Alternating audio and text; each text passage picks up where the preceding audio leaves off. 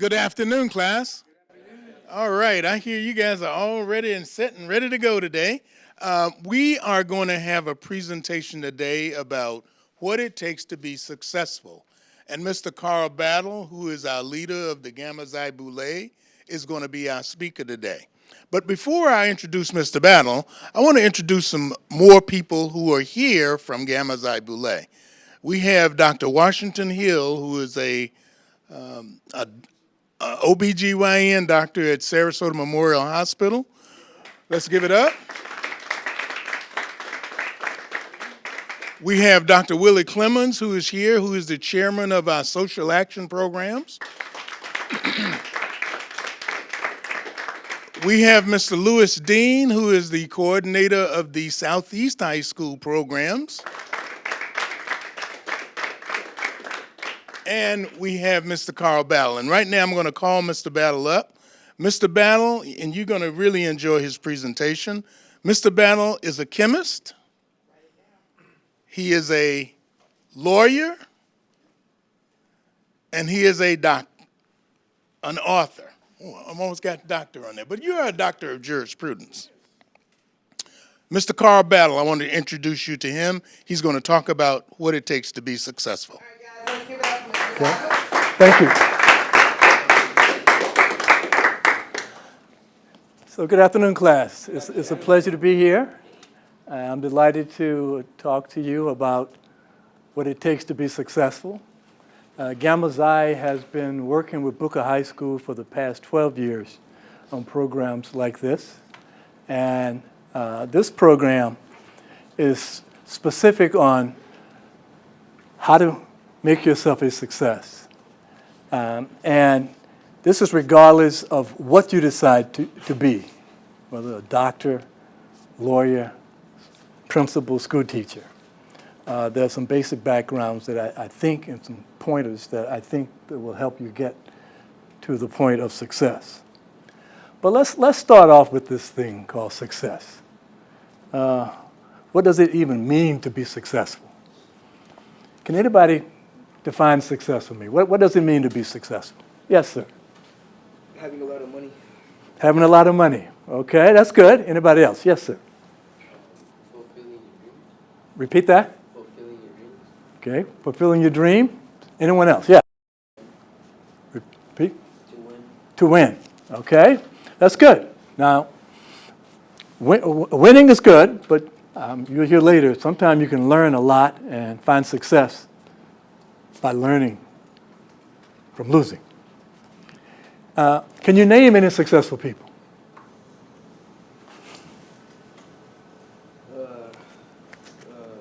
LeBron James. Okay, very good. Anyone else? Oh, yes. Max Crosby. Okay, and lastly. Okay, Yes, good. yeah. Okay. Yeah, and you have one? Dr. Goodman. Excellent, excellent. You don't have to go to Hollywood or to the basketball courts or sports arena to find successful people. They're in your life every day. And and that's good. So let's look at why do you want to be successful and what are the benefits? I'll start off by saying one reason you want to be successful is because being a failure is a lot harder than being a success. If you're a failure, you're going to live with that for the rest of your life. Successful people are happier people. And in my opinion, it's easier to be a success than it is to be a failure.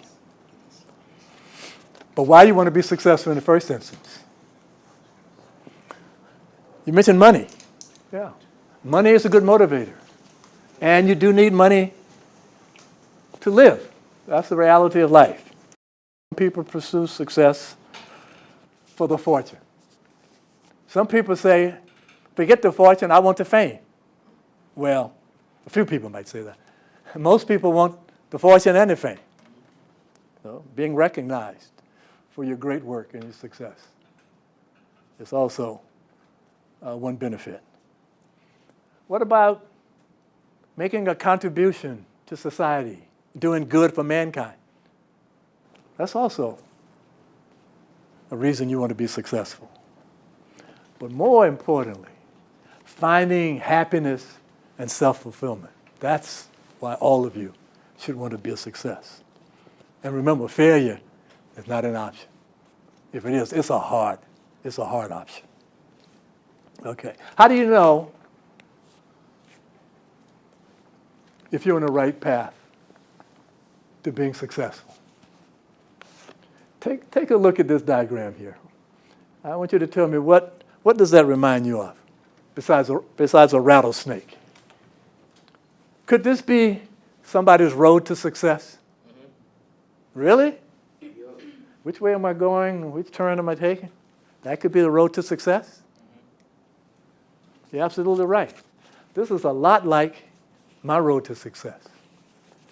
And let me tell you a little about myself. I mean, you heard that I was a chemist, an attorney, and an author. In fact, I've written 8 books.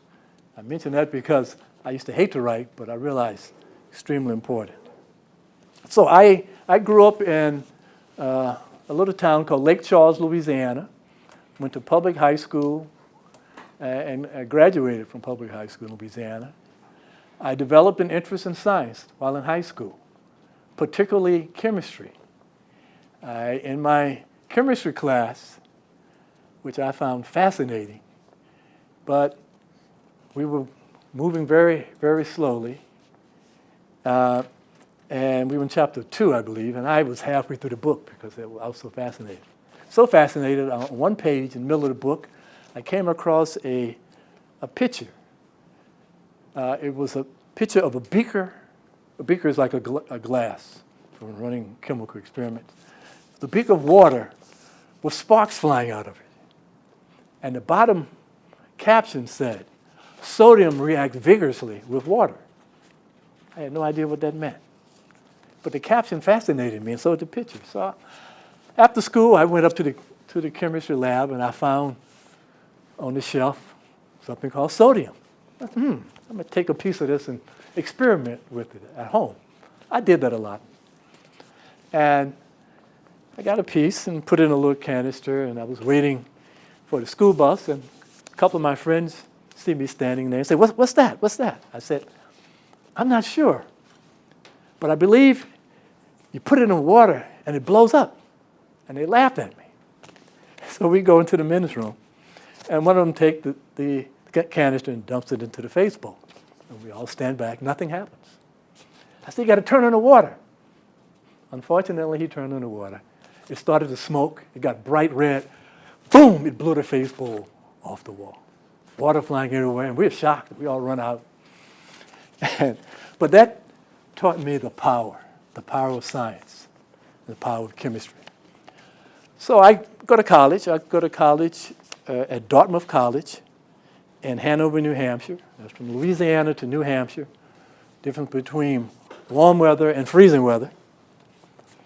And I was a chemistry major because I was still fascinated by the power of chemistry. But I had a sister who was at Howard Medical School, and she wanted me to follow in her footsteps, to become a doctor, like she was going to. She convinced me it was an honorable profession. So I said, okay. So I was a chemistry major intending to go to medical school. To help myself get into medical school, I did some volunteer work, 2 hours a day, 5 days a week at the local hospital in their intensive care unit. I volunteered. I did not get paid. But I was told it looked good on your application for medical school. It was a very, very interesting experience. And I absolutely hated it. I don't like needles. I don't like blood. I didn't like being around all these sick people with tubes coming out of them. It wasn't for me. So I said, big sister, thank you, but it's not for me. I'm graduating from college. I have a degree in chemistry, which is a good degree to have, by the way, science. Please don't run away from science and math. And I got a job at B. of Goodrich Tire and Rubber Company in New Jersey as a chemist, doing quality control work and process troubleshooting. I'd analyze samples and raw materials and finished product to make sure they were the right purity, the right grade, and what we said they were. They paid me a great salary. I was working with $1 million instruments. Some of them you can't even pronounce. But I realized that I was a people person. And all of these $1 million instruments, I put a sample in, lights would blink, bells would go off, and they'd print out a report and tell me what it is. But they couldn't talk about the football game and other things. So I wanted a job that got me interacting more with people. So with the same company, I took a job as an environmental engineer. That job involved making sure that my company didn't pollute the air, pollute the water, make sure we got rid of our hazardous materials properly, et cetera. Do no harm to the earth. And in that, I worked and interfaced with a lot of inspectors and investigators from the Environmental Protection Agency at the federal and state level, and a lot of environmental lawyers. Some represented us, some were fighting us. And I said, that's fascinating. I want to become an environmental lawyer. Started law school with the intent of becoming an environmental lawyer, like these guys I was working with, and girls. I befriended a guy who was an attorney at the DuPont company in Wilmington, Delaware. DuPont is a big chemical company, one of the biggest in the world. And I told him I was pursuing environmental law. He said, no. He said, environmental law, your future is going to go up and down depending on who's in the White House and who's in the governor's mansion and whether they cared about the environment or not. He said, with your science, chemistry, and legal background, you want to get into intellectual property law. I said, what's that? He said, patents, trademarks, copyrights, trade secrets. He said, you got thousands of big companies out there spending billions and billions of dollars every year to invent and create new things. And they're going to want somebody like you to patent it or copyright it, to protect it. And that's what I did. Stayed with the same company, Bill Goodrich Tire and Rubber Company, as an entry-level patent attorney, and moved on to several companies, mainly in the pharmaceutical industry. I worked for almost every major pharmaceutical company out there as a mid-level attorney, and then ultimately became senior vice president and chief intellectual property counsel for GlaxoSmithKline, Elan Pharmaceuticals, and Pharmacia. So that was my road to success. So don't think that you start here, you're straight line to success there. No, very few people follow that straight path. So don't be afraid when you see your career going through twists and turns and your career interests. That is perfectly okay. All right. What's required to be successful? I can tell you one thing. You're not going to wake up one day, fall out of the bed, hit your head on the floor and say, oh, look, I'm a success. In fact, let me tell you a secret. You are not going to find success. You're not going to find success. You have to make success. So that's what it's about, making success. Not about, oops, look, I found success. Not going to happen. So you have to have a plan, because you're not going to get there by accident. Do you have a plan? Have you thought about what you want to do 4 years from now? Anybody? Yeah. 4 years from now. You, yeah, what do you want to do 4 years from now? Entrepreneur. Entrepreneur. You don't have to wait for that, but I know. okay, but that's good. You want to be a business person. Anybody else? I want to be a vet. A vet. Okay. Anybody else? Take over my vet business. Okay. All of that's wonderful. But you can't jump from here to there. Get a roof full. Your first goal should be, let me graduate from Booker High School. Isn't that one of your goals? I certainly hope it is. Yes. Okay. All right. And then think beyond that. What do I want to do 10 years from now? And if you can stretch a little bit, what do you want to do 20 years from now? And that's okay. That's what you call thinking about and planning for success. Again, it's not going to happen by accident. It's going to take work. Yeah, work, and it's going to take planning. When you have that plan, again, make sure that you revisit it every year. Don't throw it in the back of the closet and have it collect dust, because the things you like today, 2 years from now, you may not like. You may like something different, and your career interests may change. And that's perfectly okay. So, key factors for success. Again, career planning. You got to understand where the jobs are going to be tomorrow. You got to learn the right skills. And you're starting here, but you, depending on what you want to be, you may have to add onto that skill set. And you're going to end up with a bunch of talents and resources and skills, just like a professional athlete. But those skills and talents, you have to learn how to manage them, to maximize your benefit, maximize your success. So I'm going to share with you now some practical tips for achieving success, regardless of what you want to be. This will apply to any career you decide to go after. Okay? The first is always keep a good image. You understand that? Always do positive things. Always be positive. Keep a good image. And a part of that, please do not go on social media. I know you probably do 1,000 text messages posting a day. Make sure it's good stuff. Don't say bad things about people.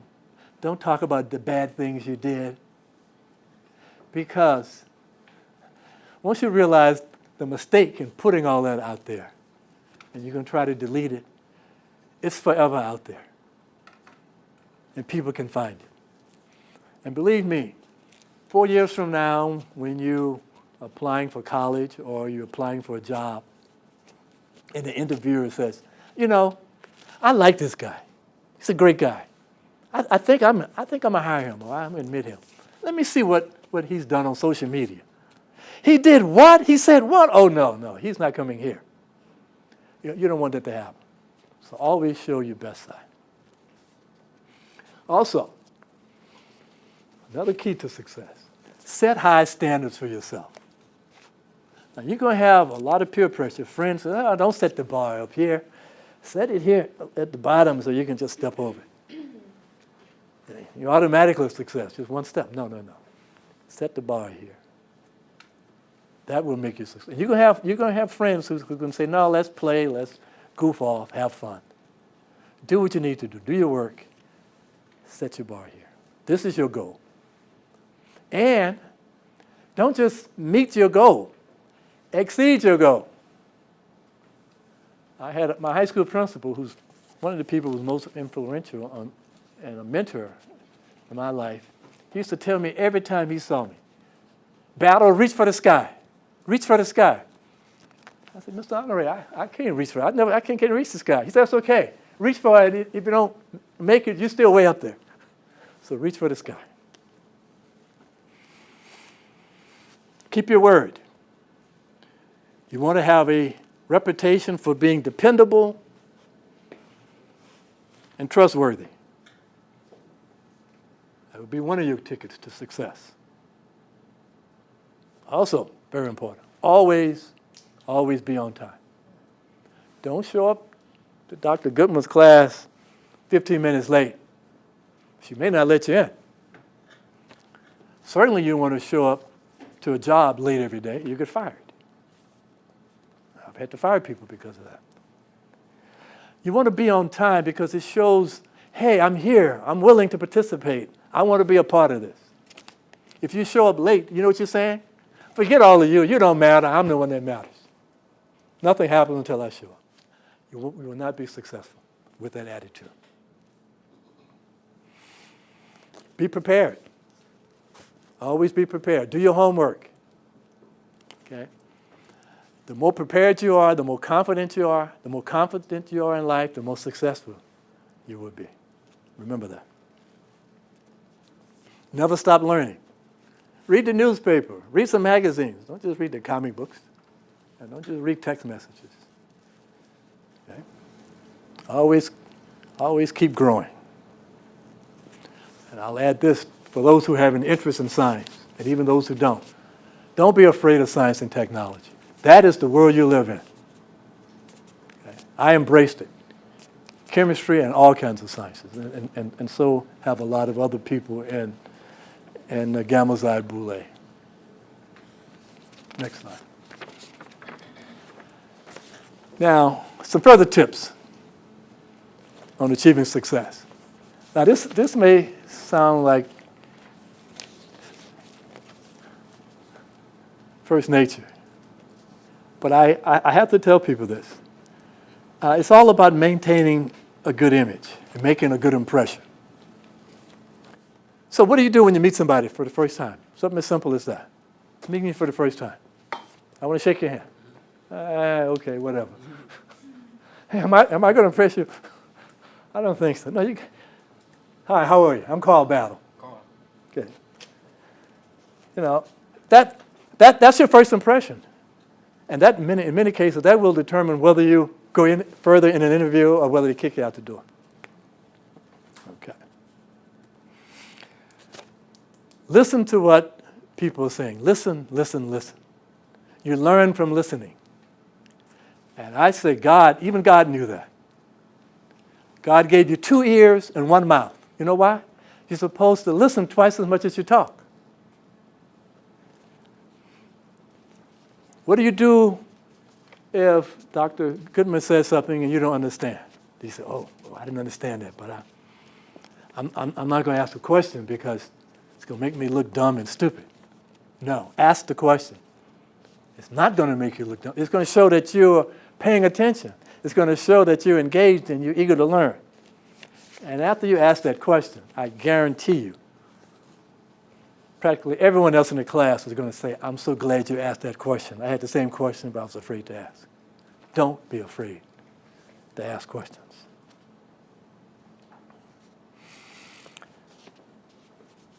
Take notes, what you're doing now. You're not expected to memorize everything. If you memorize everything, carry all that in your head, it would be unmanageable. So take good notes so that when you go back to study, those are the high points. And that will tell you what you need to know. Be honest. Be honest to yourself and be honest to others. That is a key trait for success. You can say, well, the outlaw Jesse James was successful. Was he? I don't know how successful he was. I guess he certainly wasn't honest and upstanding. But you be honest, that will almost guarantee you success in many fronts. Okay, here's some more tips on being successful. These are important because they relate to how you communicate. And if you can't communicate with anyone, I don't see how you can possibly be successful. You have to learn how to clearly express your ideas, whether they're in writing or in speaking. Now, I said you can probably do 1,000 texts a day, okay? But you got to be able to write a complete sentence with punctuation, with a period or something. It makes sense. I mentioned I was a scientist, and I didn't know the importance of writing until I got to law school. And the professor gave us a practice midterm exam. It was a written exam. They write everything out. It wasn't true, false, multiple choice. I got my paper back. It was marked in red all over the place. And he had written across the top in red, capital letters, this appears to have been written by an illiterate. Yeah, he was talking about me. Now, I could have gotten mad and stormed his office. I said, I'm going to show this professor I'm not illiterate. So I developed my writing skills. And you heard, I've written 8 books. And working on 2 more now. But being able to write, very important. More so than that, or just as important, you got to be a good public speaker. You got to be able to stand up in front of an audience and talk to them, and talk to them intelligently. I mean, as a lawyer, I did that whether it was in court or before a group or whatever, but very important. But it's important in practically every professional. If you are going to be a plumber or a carpenter, many times you have to write a proposal. And it has to make sense to the person that you're presenting it to. And you have to be able to explain it to them. Okay? Public speaking, practice, practice, practice. The more you do it, the better you become at it. And I have a challenge for you. So one day, after Dr. Goodman has had a hard day, I want you to say, Dr. Goodman, you've been working hard. Sit down for 10 minutes. I'm going to lead the class. Do that. And if all you do that often, you'll be a great public speaker. Mr. Long, yep, we have a question. It's not a question. Oh, comment. If we do that, she wouldn't let us. So, even if we tried to introduce the class, or like talk to the class, she wouldn't let us. So. She'll be so impressed, I think she will let you. Maybe for a minute or two. Okay. Anybody think they're the smartest person in the room? You look smart. Anybody else? Nobody? Smartest person in the room. Well, I don't know. You could very well be the smartest person in the room. But you know what? The world will never know if you can't write and you can't speak. That's the importance of what I just said.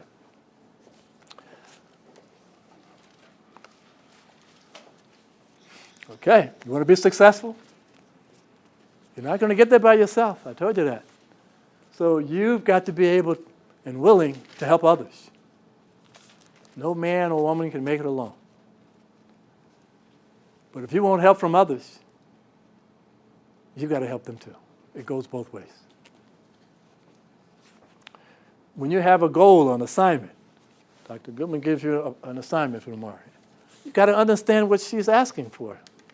Know what her expectations are.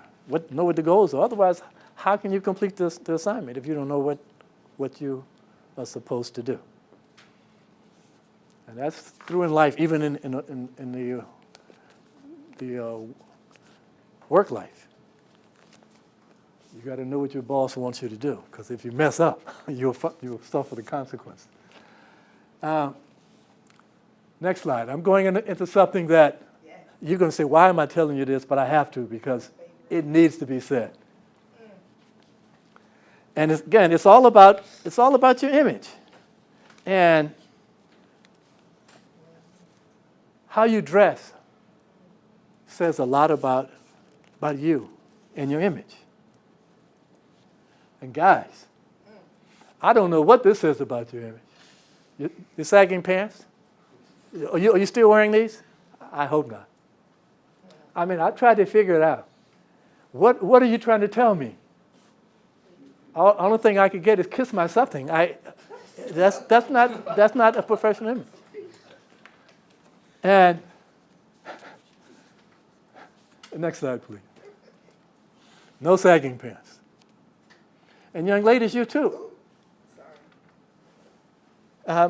You don't have to wear clothes that are tight and revealing. I mean, this is a nice professional image. And I've been all around the world. I can tell you, this young lady, I guarantee you, will get more attention and more respect than this young lady.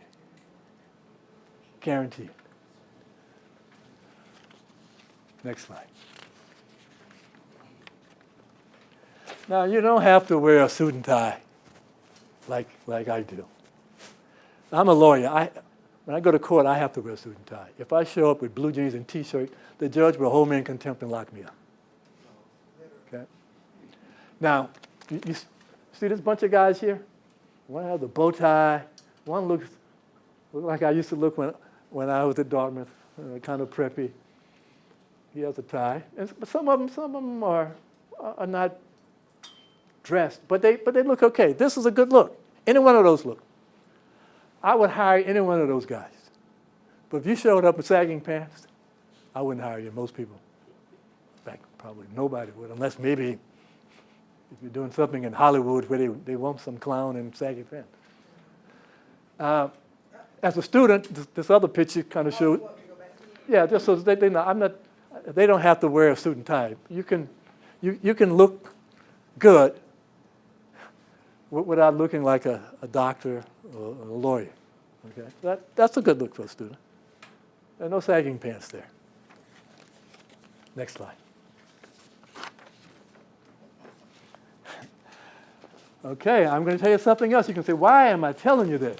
It's because I'm going to talk to you about taking good care of yourself and your personal hygiene. Because you can't be a success if there's no you to be successful. There's a sloppy you. You're not going to be successful. Good hygiene. You don't have to have the latest fashions, the most expensive clothes, but make sure they're neat and clean.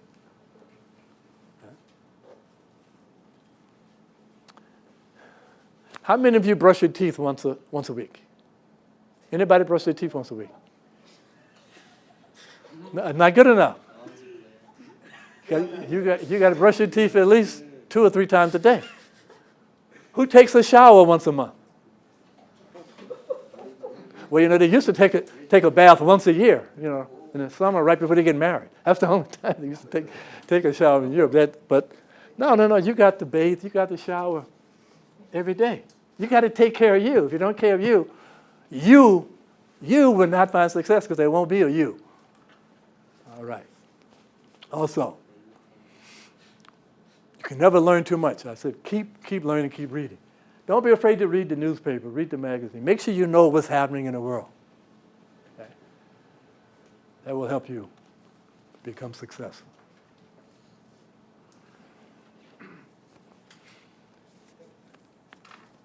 Do you believe in yourself? Do you believe you will be successful? Do you want to be successful? Yes. Do I hear a resounding yes? Yes.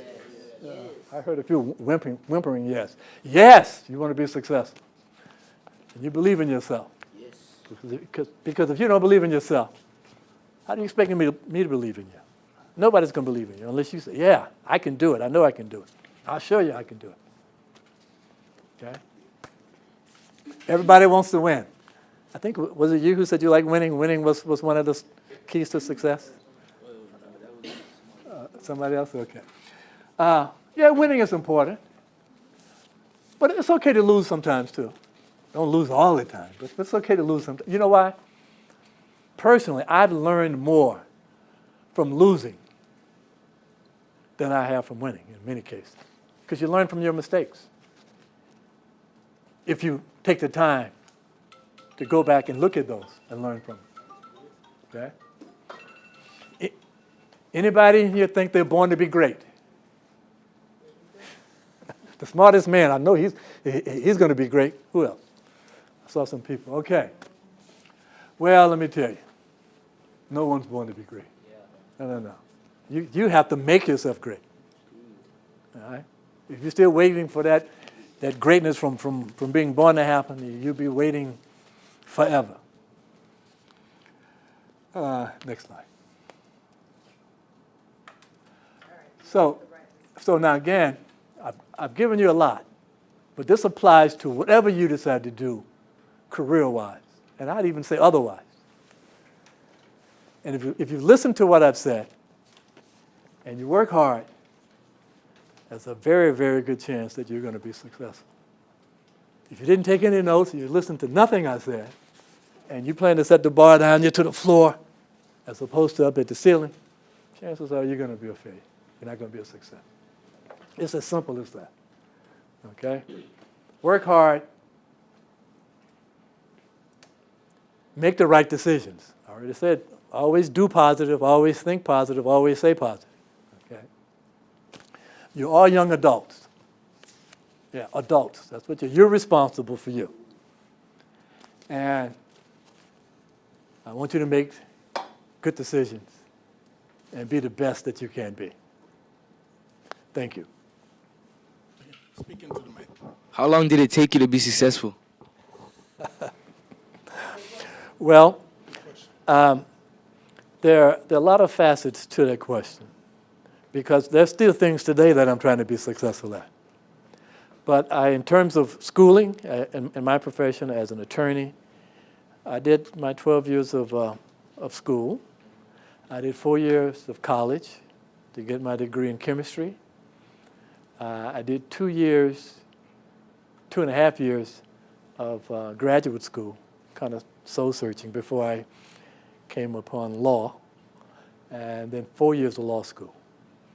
And 4 years of law school only because I worked full-time and went to law school in the evenings on weekends, and got my company to pay for my law school. Okay? So, any other questions?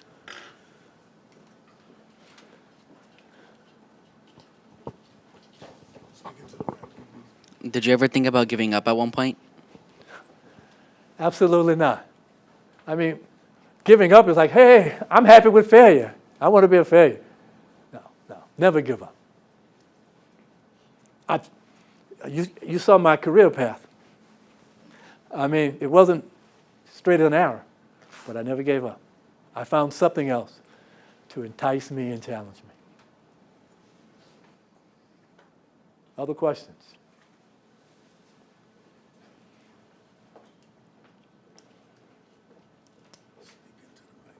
What did you write your books about? That's a good question. They are not true romance stories, I'm afraid. They're not high adventure. They are self-help books, mostly legal. One is how to find a successful career, how to represent yourself in small claims court. You're much too young for this. How to apply for Social Security benefits and medical benefits, things of that nature. They're kind of legal related or career related. All right, we're gonna have to wrap it up right there. This file line, you know. Guys, let's give it up for Mr.